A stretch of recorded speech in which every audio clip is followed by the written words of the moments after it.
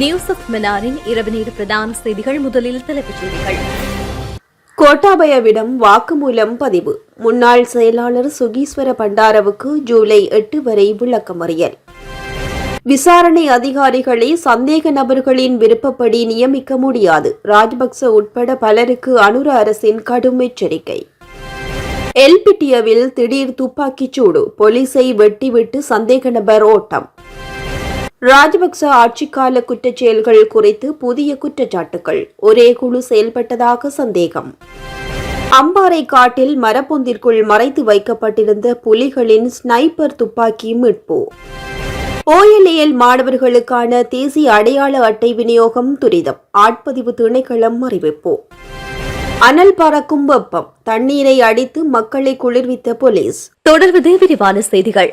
முன்னாள் ஜனாதிபதி கோட்டாபய ராஜபக்சவின் முன்னாள் செயலாளர் சுகீஸ்வர பண்டார கோட்டை நீதவான் நீதிமன்றத்திற்கு அழைத்து வரப்பட்டுள்ளார். சுகீஸ்வர பண்டார சிறை அதிகாரிகளால் சிறை பேருந்தில் நீதிமன்றத்திற்கு அழைத்து வரப்பட்டுள்ளதோடு 2 அரசு நிறுவனங்களிடம் ஒரே நேரத்தில் சம்பளம் எடுத்த விவகாரம் தொடர்பில் நடந்த விசாரணைகளின் அடிப்படையில் அவர் கடந்த 18ஆம் தேதி மத்திய குற்றப்புலனாய்வு பிரிவினரால் கைது செய்யப்பட்டதும் குறிப்பிடத்தக்கது. அதைத் தொடர்ந்தே கோட்டை நீதவான் நீதிமன்றில் முன்னிலைப்படுத்திய போது இன்று வரை விளக்கமறியலில் வைக்க உத்தரவிடப்பட்டுள்ளமை குறிப்பிடத்தக்கது.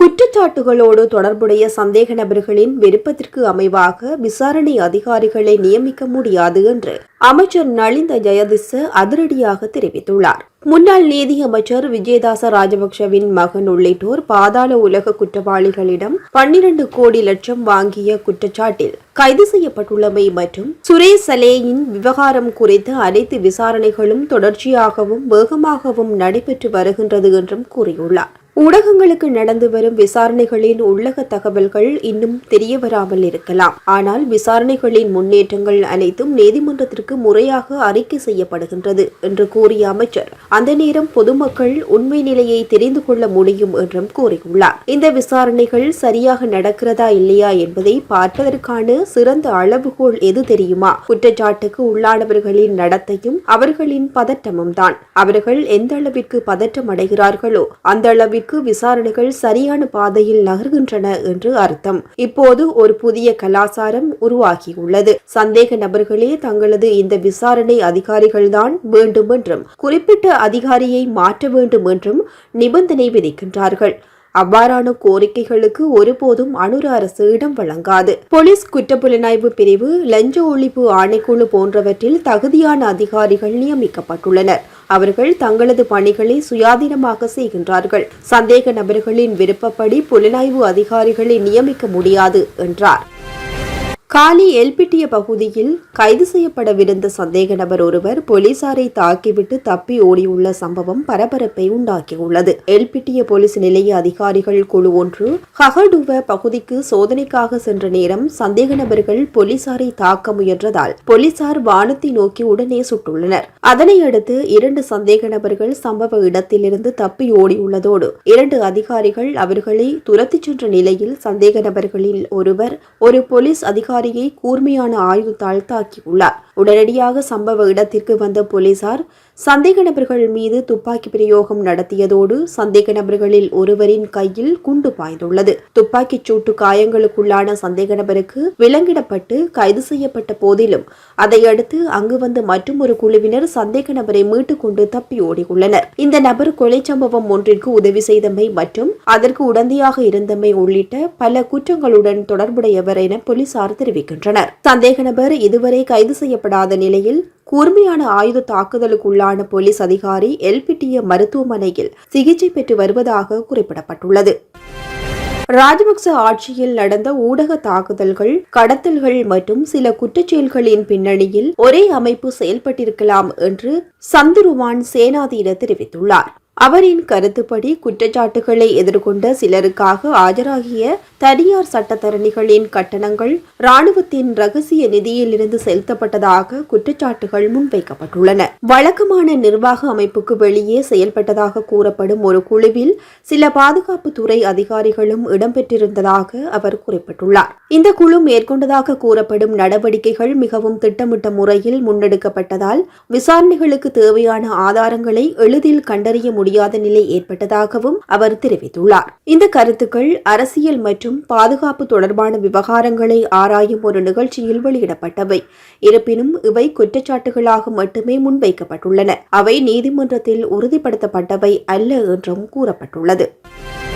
அம்பாறை திருக்கோவில் போலீஸ் பிரிவிற்குட்பட்ட கஞ்சிக்குடிச்சாறு பக்மிட்டியா காட்டுப்பகுதியில் சாகாமம் விசேட அதிரடிப்படையினரால் முன்பு புலிகளால் பயன்படுத்தப்பட்டதாக சந்தேகிக்கப்படும் ஸ்னைப்பர் துப்பாக்கி உள்ளிட்ட ஆயுதங்கள் நேற்று மாலை மீட்கப்பட்டுள்ள சம்பவம் அந்த பகுதியில் பரபரப்பை உண்டாக்கியுள்ளது. வழமை போல் விசேட அதிரடிப்படையினர் நடத்திய ரோந்து நடவடிக்கையில் வந்த ரகசிய தகவலை அடுத்து குறித்த தேடுதல் நடத்தப்பட்டதோடு காட்டுப்பகுதியில் உள்ள மரப்பொந்திற்குள் மிகவும் நுட்பமாக மறைத்து வைக்கப்பட்டிருந்த நிலையிலேயே இந்த ஆயுதங்கள் கண்டுபிடிக்கப்பட்டதோடு குறித்த பகுதியானது யுத்த காலத்தில் புலிகளின் கட்டுப்பாட்டில் பிரதேசமாக இருந்ததுடன் அவர்கள் பல போர் உதவிகளுக்காக இவ்வாறான ஆயுதங்களை பயன்படுத்தியதோடு இந்த ஆயுதங்கள் நீண்ட காலமாக மறைத்து வைக்கப்பட்டிருந்ததால் தற்போது துருப்பிடித்த நிலையில் காணப்படுவதாக தெரியவந்துள்ளது. மீட்கப்பட்ட ஆயுதங்கள் அனைத்தும் அடுத்த கட்ட சட்ட நடவடிக்கைகளுக்காக விசேட அதிரடி படையினரால் தற்போது தமன போலீஸ் நிலையத்தில் ஒப்படைக்கப்பட்டுள்ளன. இந்த ஆண்டு நடைபெறவுள்ள கல்வி பொதுத்தராதர சாதாரண தர மற்றும் உயர்தர பரீட்சைகளுக்கு தோற்றவுள்ள மாணவர்களுக்கான தேசிய அடையாள அட்டைகளை வழங்கும் நடவடிக்கைகள் விரைவுபடுத்தப்பட்டுள்ளதாக ஆட்பதிவு திணைக்களம் தெரிவித்துள்ளது. திணைக்களத்தின் தகவலின்படி இந்த ஆண்டு இறுதிக்குள் தகுதியுடைய அனைத்து மாணவர்களுக்கும் நிரந்தர தேசிய அடையாள அட்டைகளை வழங்க திட்டமிடப்பட்டுள்ளது. இதற்காக ஓயல் பரீட்சைக்கு தோற்றும் மாணவர்களின் தேசிய அடையாள அட்டை விண்ணப்பங்களை உடனடியாக அனுப்புமாறு கல்வி அமைச்சு அனைத்து பாடசாலைகளுக்கும் அறிவித்துள்ளது. அதிபர்களும் விண்ணப்பங்களை தாமதமின்றி ஆட்பதிவு திணைக்களத்திற்கு அனுப்ப நடவடிக்கை எடுக்குமாறு கேட்டுக் கொள்ளப்பட்டுள்ளனர். மேலும் எதிர்வரும் ஏஎல் பரீட்சைக்கு தோற்றவுள்ள மாணவர்கள் அல்லது ஓஎல் பரீட்சைக்காக விண்ணப்பித்தும் இதுவரை தேசிய அடையாள அட்டையை பெறாதவர்கள் ஆட்பதிவு திணைக்களத்தின் அதிகாரப்பூர்வ தொடர்பு இலக்கங்கள் அல்லது மின்னஞ்சல் முகவரி மூலம் தொடர்பு கொண்டு தங்களது அடையாள அட்டையை பெற்றுக்கொள்ளலாம் என அறிவுறுத்தப்பட்டுள்ளது. எல்னினோ காலநிலை தாக்கத்தினால் எதிர்காலத்தில் வரக்கூடிய விளைவுகள் மற்றும் அதற்கான முன்னெச்சரிக்கை நடவடிக்கைகள் குறித்து ஜனாதிபதி அனுரகுமார திசாநாயக்க அதிகாரிகளுடன் விரைவாக கலந்துரையாடியுள்ளார். ஜனாதிபதியின் தலைமையில் தேசிய பேரிடர் முகாமைத்துவ சபை கூட்டத்தில் குறித்த விடயங்கள் ஆராயப்பட்டுள்ளதோடு எல்னினோ காலநிலையை எதிர்கொள்வதற்கான நடவடிக்கைகள், பேரிடர் முகாமைத்துவ அமைப்பில் மேற்கொள்ளப்பட வேண்டிய சீர்திருத்தங்கள் மற்றும் தேசிய பேரிடர் முகாமைத்துவ ஒருங்கிணைந்த பொறிமுறை தொடர்பிலும் அதிக கவனம் செலுத்தப்பட்டுள்ளது. குடிநீர் விநியோகம், விவசாயம் மற்றும் மின்சார உற்பத்தி துறைகளின் தயார் நிலை குறித்தும் இங்கு கலந்துரையாடப்பட்டுள்ளதோடு வனவிலங்கு சரணாலயங்களுக்குள் இருக்கும் குளங்களை விரைவாக புனரமைக்குமாறு சுற்றாடல் அமைச்சுக்கு ஜனாதிபதி அனுர பணிப்புரை விடுத்துள்ளார். நீர்மின் உற்பத்தியை தொடர்ந்து பேணுவதற்காக நீர்த்தேக்கங்களின் நீர்மட்டத்தை முறையாக முகாமைத்துவம் செய்ய வேண்டியதன் அவசியத்தையும் இதன்போது ஜனாதிபதி வலியுறுத்தியுள்ளார். சூரிய சக்தியில் உற்பத்தியாகும் மின்சாரத்தை சேமிக்க தேவையான மின்கலங்களை விரைவாக இறக்குமதி செய்ய வேண்டியதன் முக்கியத்துவத்தையும் அவர் சுட்டிக்காட்டியுள்ளார். இதேவேளை மண் சரிவு அபாய பகுதிகளில் வசிக்கும் குறிப்பாக நுவரெலியா மாவட்ட மக்களை 4 ஆண்டுகளுக்குள் மீள்குடியேற்றுவதற்கான திட்டம் ஒன்றை தயாரிக்குமாறும் ஜனாதிபதி அதிகாரிகளுக்கு அறிவுறுத்தியுள்ளார். ஐரோப்பிய நாடுகள் வரலாற்றில் இல்லாத அளவிலான கடும் வெப்ப அலையை எதிர்கொண்டு வருகின்றன. இதன் தாக்கமாக ஜெர்மனியின் கிழக்கு பகுதியில் அமைந்துள்ள சாக்சோனி மாநிலத்தின் மோக்கர்ன் ட்ரூவிட்ஸ் பகுதியில் வெப்பநிலை 41 டிகிரி செல்சியஸாக பதிவாகியுள்ளது. சுட்டெரிக்கும் வெப்பத்தினால் பொதுமக்கள் கடும் அவதிக்குள்ளாகியுள்ள நிலையில் வெப்பத்தின் தாக்கத்தை குறைக்கும் முயற்சியாக போலீசார் நவீன நீர்த்தாரை வாகனங்களை பயன்படுத்தி பொதுமக்கள் மீது தண்ணீரை வீசியடித்துள்ளனர். இதனால் பலர் வெப்பத்திலிருந்து தற்காலிக நிவாரணம் பெற்றதுடன் சிலர் மகிழ்ச்சியுடன் தண்ணீரில் நனைந்த காட்சிகள் சமூக வலைதளங்களில் வேகமாக பரவி வருகின்றன. இத்துடன் நியூஸ் ஆஃப் மன்னாரின் இரவு நேர பிரதான செய்திகள் நிறைவு பெற்றது.